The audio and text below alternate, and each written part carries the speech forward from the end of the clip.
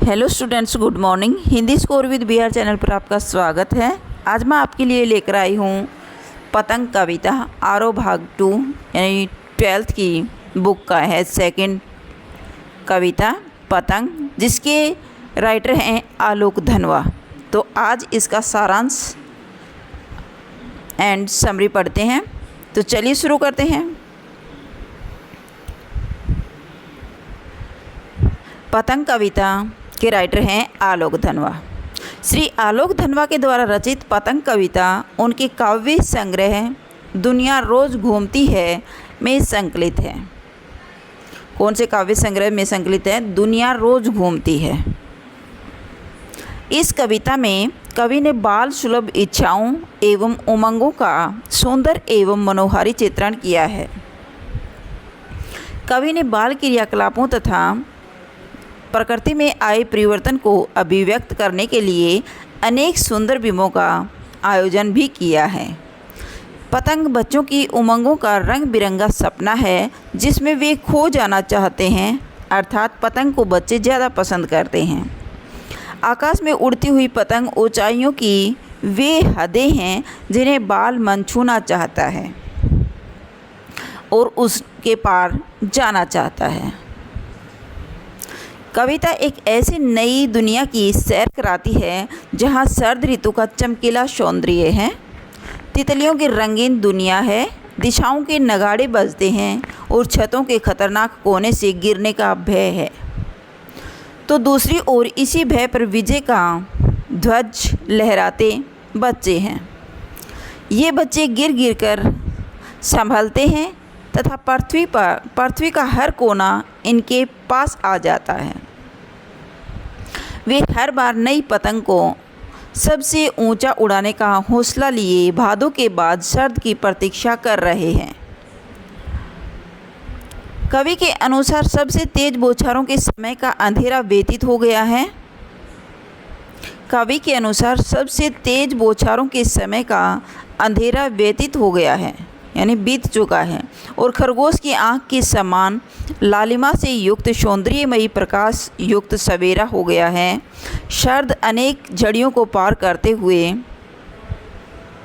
नई चमकदार साइकिल तेज गति से चलाते हुए जोरों से घंटी बजाते आ गया है, अर्थात शरद ऋतु का आगमन शुरू हो गया है। वह अपने सौंदर्य से युक्त चमकीले इशारों से पतंग उड़ाने वाले बच्चों के समूह को बुलाता है। वह आकाश को इतना सुंदर तथा मुलायम बना देता है कि पतंग ऊपर उड़ सके।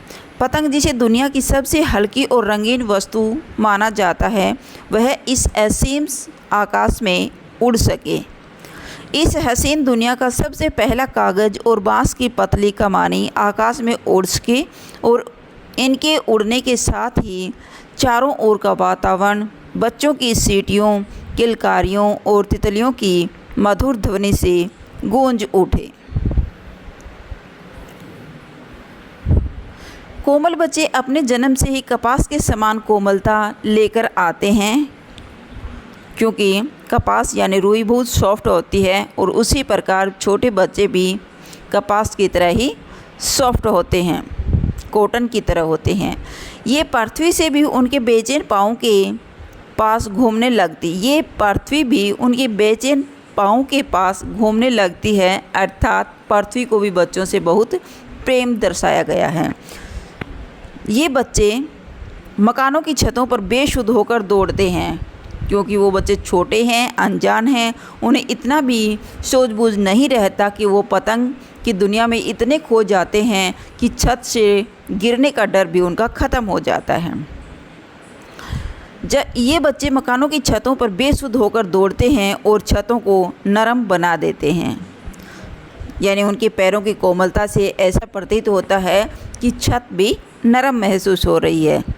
जब ये बच्चे झूला झूलते हुए आते हैं तो दिशाओं के नगाड़े बजने लगते हैं और पराए बच्चे छतों पर तेज़ गति से बेसुध होकर दौड़ते हैं, तो उस समय उनके रोमांचित शरीर का संगीत भी उन्हें गिरने से बचा लेता है। उस समय मात्र धागे के सहारे पतंगे उड़ते पतंगों की ऊंचाइयां उन्हें सहारा देकर थाम लेती हैं। असीम आकाश में पतंगों की ऊंचाइयों के साथ साथ ये कोमल बच्चे भी अपने रंध्रों के सहारे उड़ रहे हैं। कवि का मानना है कि अगर बच्चे छतों के खतरनाक किनारों से गिरकर बच जाते हैं तो उनके बाद वे पहले से ज़्यादा निडर होकर स्वर्णिम सूर्य के सामने आते हैं।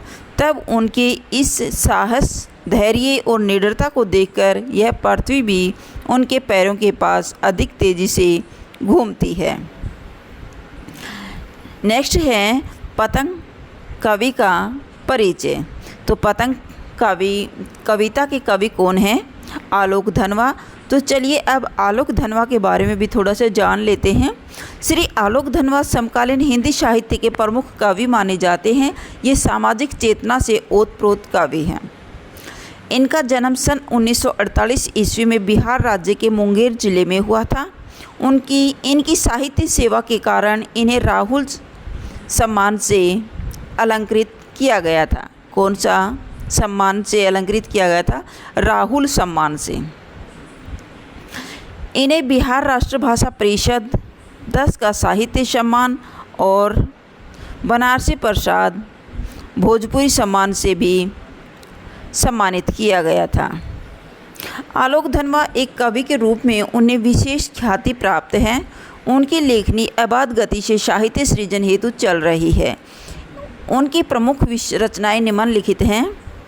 काव्य जनता का आदमी उनकी पहली कविता है जो सन 1972 में प्रकाशित हुई थी। भागी हुई लड़कियां, ब्रूनो की बेटियां, गोली दागो पोस्टर आदि। ब्रूनो की बेटियों से कवि को बहुत प्रसिद्धि प्राप्त हुई थी।